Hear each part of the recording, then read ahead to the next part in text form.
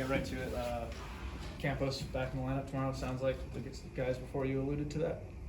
Most likely, yeah. He looked good on in live ABs, so we're hitting line drives around the field like he does. So, I mean, I'm assuming there's no setbacks between now and tomorrow. So he'll most likely be in there. You decided to go with Timmy Manning on Fridays. What was sort of the deciding factor in that move, and do you have sort of additional plans outside of Christian going on Saturday and Ross going on Sunday outside of that? No, we're really mostly just focused on tomorrow. However we can get through tomorrow is what's important. Timmy, we felt like it's a good matchup to open up with and see how far he can go, and that doesn't mean he's the Friday night starter moving forward. It just means we are throwing him tomorrow, and he's getting as many outs as he can tomorrow, and then we'll bring the next guy in and go from there. So to me, that's how we're doing it right now on Fridays. Stanford teams, especially under Dave Esker, have been super well disciplined at the plate. They don't really give away anything. You always preach the importance of not giving away free bases, but I feel like that's probably going to be a big test this weekend with that lineup. I mean, yeah, that's a test for us. Seems like every week it is. That's what we kind of try to preach upon, is attacking the zone and you know, don't be yourself. And in the games that we haven't had success, that usually is part of the problem.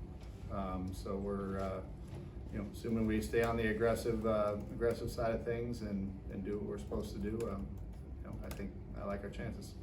You sat in this room all season long and talked about, basically since the day you got here, talking about bringing ASU baseball back to where it was when you played, when they were going to the College World Series. What does this series play into that, and that you haven't won a series against them since, I think Cole said 16. It's been 6 straight losses against them. You've won 2 of your last 10. What does winning this series, winning this weekend, mean to bringing back Sun Devil baseball? You know, I haven't really dove that much into it, other than this is just, obviously we know the magnitude of this weekend. We know it's important for this team. It ain't important for the last 6 teams. It's important for this one. So for us, it's we'll go out and try and win tomorrow night and do whatever we can to get that done, and hopefully put together a good series against these guys, because it you know, the magnitude of it is big, certainly, and we're not going to try to overemphasize it, other than just going out and staying aggressive and playing our brand of baseball, and hopefully that's enough. You know, can't overthink it, and like I said, can't worry about the past or whatever that is. Just go out and try and win tomorrow's game however we can. No midweek for you guys for the first time in a few weeks. What have you done to keep your pitchers, your guys prepared throughout the week? You know, we're doing live ABs right now. Just finished up with those, and you know, I think the main guys that have been throwing on the weekends, I don't think this is a major thing. I think it's a good thing. They've had a little bit of a breather. You know, we've done some touch and feel bullpens just to kind of keep the feel of their pitches, but they needed a week, you know, to rest their arms a little bit. I think they've been taxed pretty heavily over the weekends, and I think you know, that's been you know, maybe a little bit of the reason why they haven't been as sharp. I think they've been used a lot. So this week came at a good time, I think, as far as giving them some rest and hopefully replenish a little bit. So hopefully the arm strength and everything, the sharpness will be on point this weekend. How big is it to have this series against them at home for everything that it means? Well, I mean, I think obviously we're playing better at home. So having them here is better than the Sunken Diamond. So we're excited to have it here in front of our fans, and hopefully our fans show up. I think they will, and give us a good environment to play in front of, and hopefully on our end we give them something to cheer about. So yeah, I think our guys are excited, they're ready, and it'll be a fun weekend. How much, if at all, did you consider moving Owen from the closer to giving him a start this weekend? None. Owen's been great where he's at. So it's just a matter of, you know, I know the importance of when you get a lead to nail that thing down. And, you know, the argument, of course, is, well, you can't nail it down if you don't get a lead. I get that, but I'm confident enough in our team that we're going to hopefully have a lead late in the game, you know, more than once, you know, this weekend. And it's important when we do get those leads late that we hang on to them, and that's where he's been best and most valuable. So that's where we're going to keep him. I know he hasn't played and it's probably tough to quantify, but how important has Ethan Long been to just keeping guys focused and being a mentor for some of these players? And how have you seen that just in his interactions and being around the guys and being here to support them?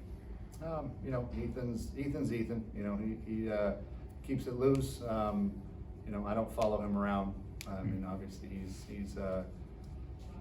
he's around here, and I welcome him around here. He's a big part of the program.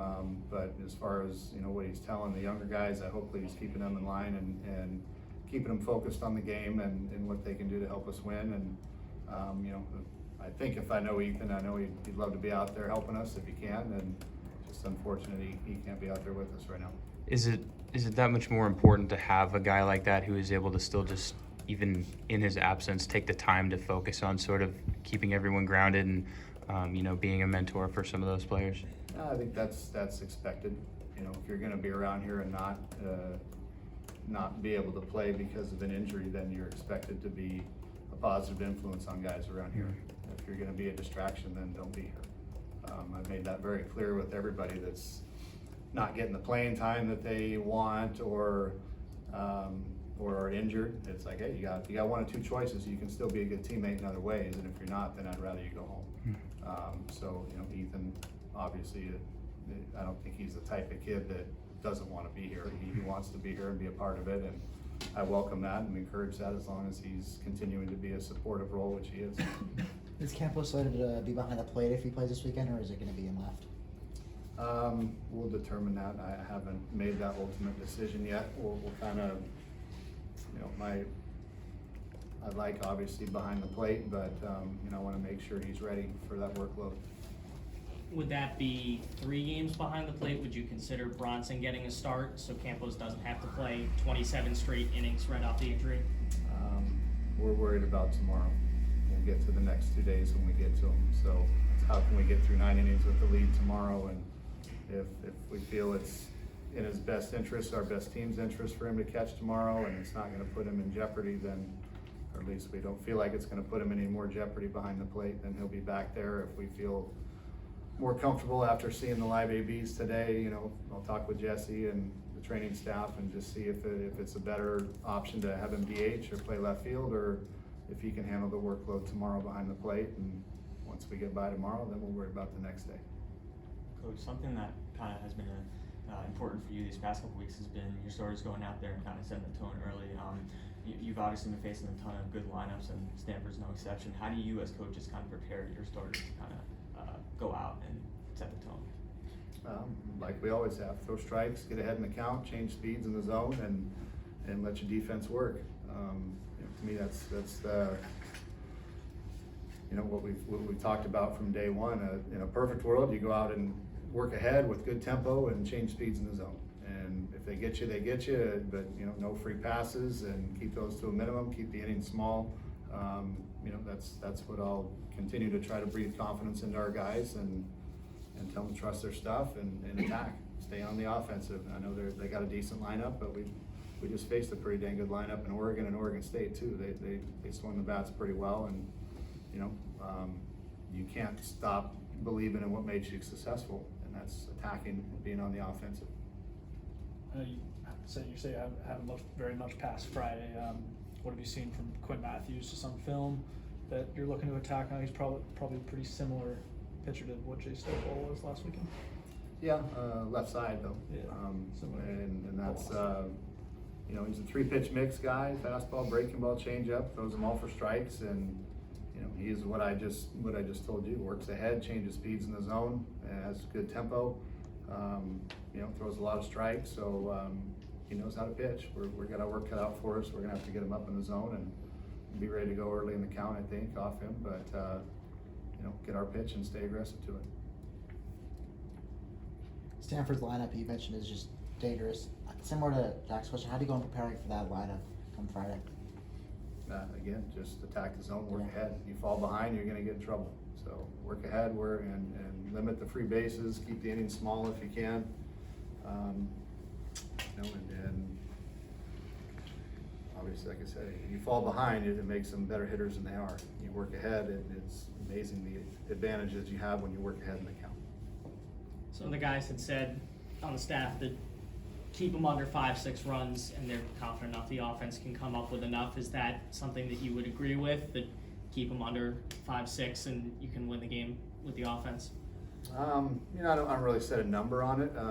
I just expect them to go out and compete from the pitching standpoint and keep us in the game. You know, sometimes that warrants keeping them below 10 because we're going to score 12. You know, and other times you can't give up 4 or 5 because you know their guys dealing, so you can't afford to do that if you're going to win. So I don't necessarily put a number on it other than just go be aggressive and attack and you know, hopefully we play a good clean game and yeah, give our offense a chance to get going. It's you know, we got our work cut out for us on both sides of the ball, but you want to find out how good you are, this is the weekend to do it. Thanks, Coach.